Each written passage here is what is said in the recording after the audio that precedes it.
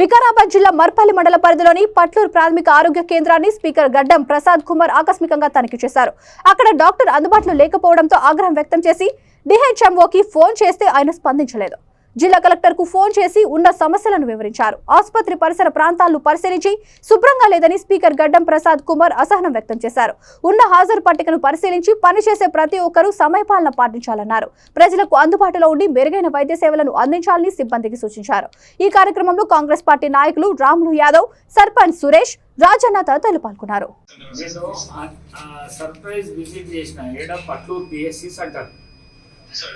Marpalli mandal Patlur PSC centre DMHO కిందికి వస్తుంది. మళ్ళీ డాక్టర్ తిరిగి కూడా కాలే వెళ్ళిపోయింది. మందులు కూడా సఫిషియంట్ లేవు. ఇద్దరే స్టాఫ్ ఉన్నారు. ఒక ఆమె హెడ్ నర్సు,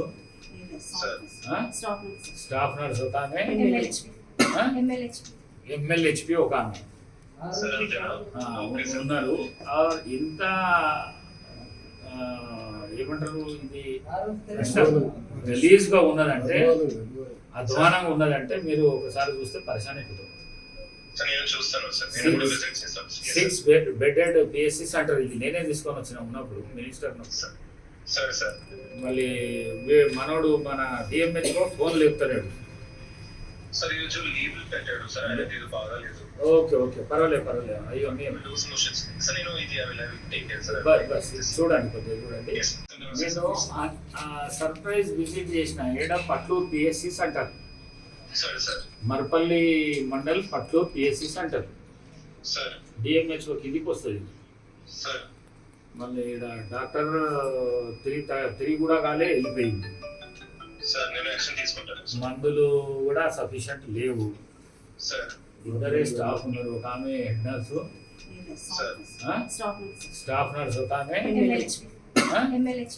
ఎంఎల్హెచ్పి ఒక ఆమె ఉన్నారు. ఇంత ఏమంటారు, ఇది రిలీజ్ గా ఉన్నదంటే, అధ్వానంగా ఉన్నదంటే మీరు ఒకసారి చూస్తే పరిశాన్ అయిపోతారు.